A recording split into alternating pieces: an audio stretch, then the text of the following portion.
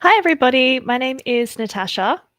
I'm one of the naturopaths here on the Lucy Rose Clinic team, and it is time for our Tuesday Live. So, we've got a cool topic for you today. It is all about libido, and particularly libido and thyroid function. And the reason why we are going to talk about this is because it is a hot topic for our clients at the clinic. So we'll talk about the thyroid function today. We're going to talk about things that you can pick up on as common issues with thyroid, and also what is the connection between thyroid function and sex hormone issues and low libido. Because again, I would be lying if I said that majority of patients aren't coming to us talking about their libido issues. It is something that is always discussed and spoken about in consultation, and we really do need to talk about the connection and create an understanding of how thyroid function can actually cause issues with sex hormones, libido, desire. It is more commonly seen in ages 30 plus, with patients with thyroid issues. But doesn't mean that it can't also be a factor for patients in their 20s. I do speak to people all the time who are having issues with libido in general. So it is something that, again, I always call a doorknob conversation. It isn't something that people want to talk about at the forefront of their health concerns. However, it's probably something that's a main priority, and you shouldn't need to shy away from talking about it. So, especially if it is interrupting relationships, marriages, okay, so if it's your own security of protecting and focusing on libido improvement, this is something that we are wanting to talk openly about. So, let's make it a little bit scientific, but as per usual, a little bit fun. And I know that you can also, join the chat below in wherever you're watching from the live from. You can ask questions. You can give us a call at the clinic, and we can talk a little bit more about libido if that's something that you're wanting to address. So let's have a little discussion about this now. As you know, we do focus on libido. Sorry, we do focus on thyroid here at the clinic. Um, Thyroid issues are complex, okay? So they can absolutely affect our sex hormone functioning. If you're a female and you've got menstrual cycle issues, if you're a female and you have perimenopause or menopause issues, and you're trying to figure out, is this a thyroid issue? Is this a sex hormone issue? Also, males at any ages, thyroid can absolutely affect libido, and I'll talk about that in a moment. But it is just due to the fact that the thyroid is an exceptionally important endocrine gland. And when I say endocrine, I mean it's responsible for a lot of hormone function. So it's kind of our master gland. It actually does communicate to our sex hormones, our ovaries, our testes, and there's obviously a brain connection as well. And the thyroid can tell the sex hormones what to do. So, really important that we do talk about the connection there. In efforts to support sex hormones, we need to be able to support the thyroid and vice versa. So, how can thyroid issues cause a libido issue? Well, again, if we're understanding that the thyroid produces hormones, that's particularly T3 and T4, these are essential for things like your metabolic regulation, so that's your speed of your body, and it does also affect your endocrine pathways, which are your sex hormone pathways. So, in an underactive thyroid, we do see low levels of thyroid hormone. This can absolutely affect things like your hypothalamus and your pituitary gland functioning. So, these are in the brain, and their function is to control your sex hormones. Okay, so if the thyroid is underactive and it's affecting the hypothalamus and the pituitary, then it is absolutely going to affect your sex hormones, like gonadotropin releasing hormone. Big word, I know. It can affect your luteinizing hormone. It can affect your follicle stimulating hormone, and these actually control ovarian and testicular function. So they can then have a direct but also an indirect effect on your sex hormones. Okay, so you might see missing cycles, you could see irregular cycles, heavy bleeding. You can see in males erectile dysfunction. We can see inability to even have an erection. So it's really important that we're understanding the top of the chain, which is the thyroid, and how that's affecting the sex hormones. In females, an underactive thyroid can also affect directly your estrogen levels. It can cause menstrual irregularities and can put the body into a bit of stress, which can then affect sexual arousal and also lubrication too. In males, we do commonly see a very big connection between underactive thyroid and low testosterone. So that's why we actually do test it in the clinic. We do salivary hormones. So we see what your saliva is showing with your estrogen, your progesterone, and your testosterone levels, because we do know that these can cause an underactive thyroid, can cause a direct influence on estrogen and testosterone, which absolutely is going to affect your libido. Okay. So this is very common as well in menopause when we're seeing hormone changes. People are saying, I have no desire, I have no motivation, I have no interest in sexual arousal, desire. And I'm even telling my husband to go away from me, do not touch me. Okay. So it's kind of like having that PMS feeling all the time where you're just not feeling it, which is actually sad because people are noticing that this is affecting their quality of life and their relationships. So take it seriously. It is actually something that's going on scientifically and physiologically in the body. Okay. Now, what else? What other factors? So, hyperthyroid. This is an overactive thyroid. Now, overactive thyroid, so Graves' disease, it will cause an overproduction of thyroid hormone, and this can actually overstimulate the hypothalamic pituitary gonadal axis. So that's your brain's connection to the gonads or the sex organs. Sometimes this can actually result in over arousal. Okay, so sometimes you can have over desire or high testosterone levels, but overall you are still going to reach an imbalance in your sex hormones. In females, excessive thyroid hormones can increase something called sex hormone binding globulin. So this is actually a hormone that can grab hold of your estrogen and grab hold of your testosterone and kind of hold it captive. So not allow those hormones to be available for the body, which can then lead to impaired libido. So if you have high thyroid or overactive thyroid function and you have high sex hormone binding globulin, this is going to bind to estrogen and testosterone. You're going to have low libido. Okay. So there is a connection there. In males, you can still have the elevated sex hormone binding globulin, and this is going to directly target and grab hold of your testosterone. So this is a big influence on your libido. Testosterone being low in males, not just important for libido, mood, muscle growth, energy levels, motivation. So testosterone is really important in males. We need to make sure that those are in optimal levels at any life stage because it influences muscle growth, bone density, a lot of things. Okay. Now, just a few other factors. So, what else? What else with the thyroid can indirectly affect libido?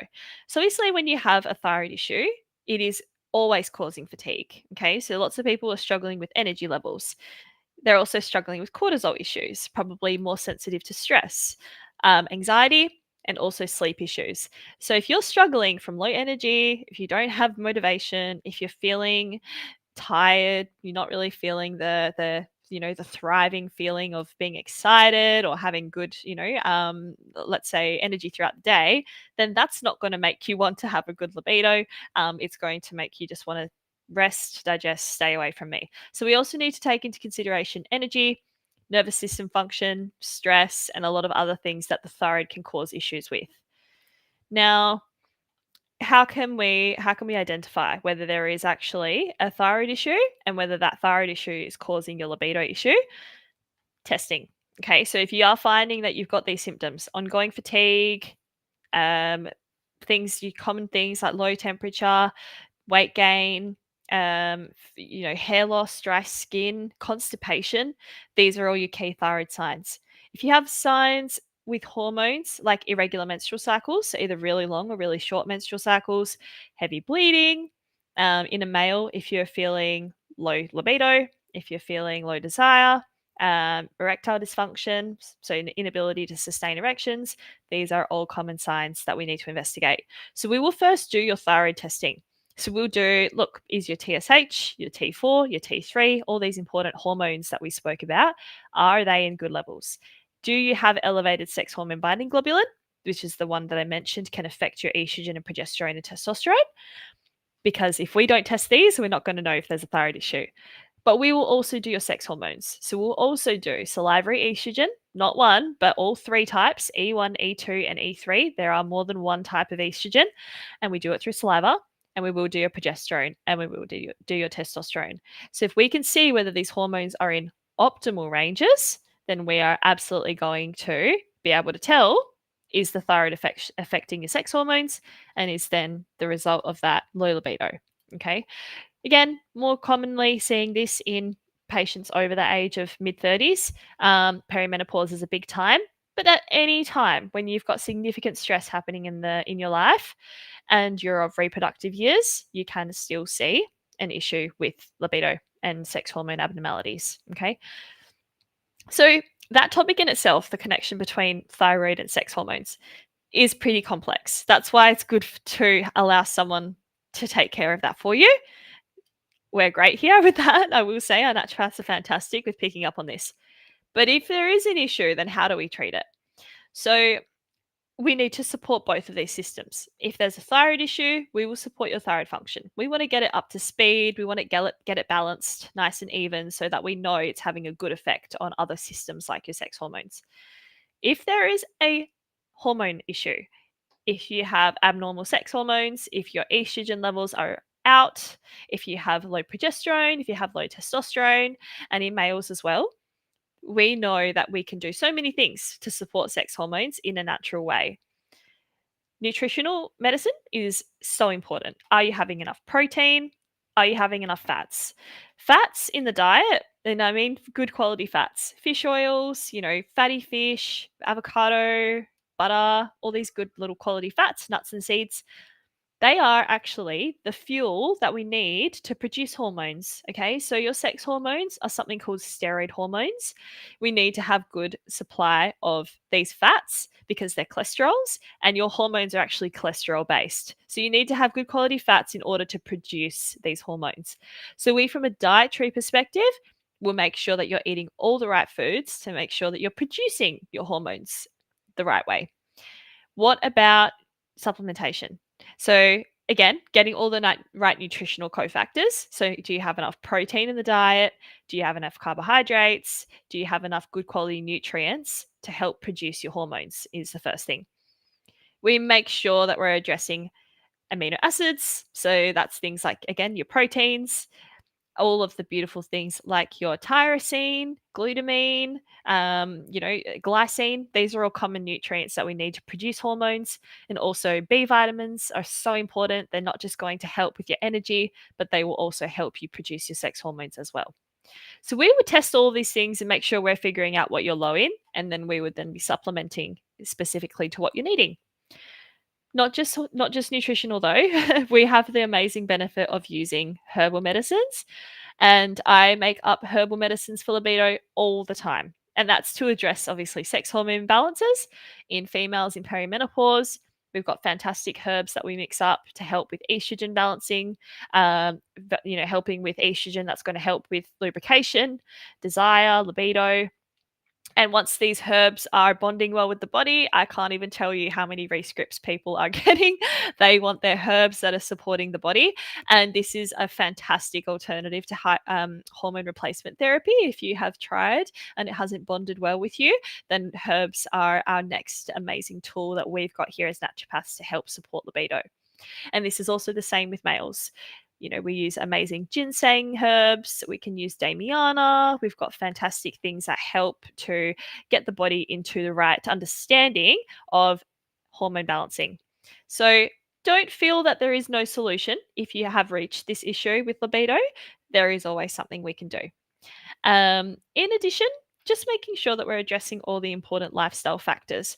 Anything that is a stress to the body is going to put the body into a feeling of this fight or flight. Okay.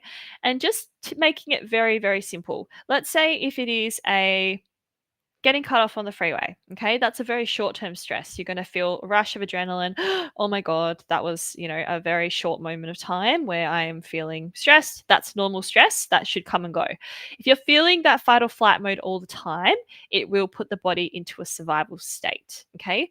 So where I'm going with this is the importance of stress, to understand that if there is ongoing high stress, your body will perceive that as survival mode, and the body is in no state to want to reproduce. So feel desire, feel libido, make a baby if it is in a stressful state. It's just natural selection, it's natural thinking. If the body is perceiving stress, it will shut off your reproductive system. Shut off in terms of you could see menstrual regularities, again, low libido is a big picture, no desire, no energy. Okay, so the body's just trying to survive. And that's something that else I would really like to raise with people is that if your body's in a state of stress and you have low libido, just understand that there's a connection there that the body's actually trying to protect itself, doesn't believe it's in the right place to be reproducing. So, of course, it's going to shut off all of your vital, desire points. So that's something else to consider. Is stress a factor in your life? Alongside herbs, alongside testing, alongside nutrients, there is a lot we can do to support your libido from multiple angles. And don't be shy to ask for help because it is something that everybody should be entitled to feeling, especially if you are in marriage and relationships and you want it to be, something that is worked on. It is absolutely possible. So I hope that gave you a little bit of insight into how we would address and treat a thyroid and a libido issue in the clinic. Again, we are naturopaths here. We're here to help you. So please don't hesitate to reach out. We have a free 15-minute discovery call. You can actually book just by using the QR code up here in the corner and tell us exactly what you're struggling with. We will be able to listen to you and explain what we think are the common things that are causing this imbalance in your body. And we can't wait to help you. So, reach out, ask us questions. I really hope that that was an insightful discussion for you guys today. My name is Natasha. I am one of the naturopaths on the team. And yeah, I look forward to seeing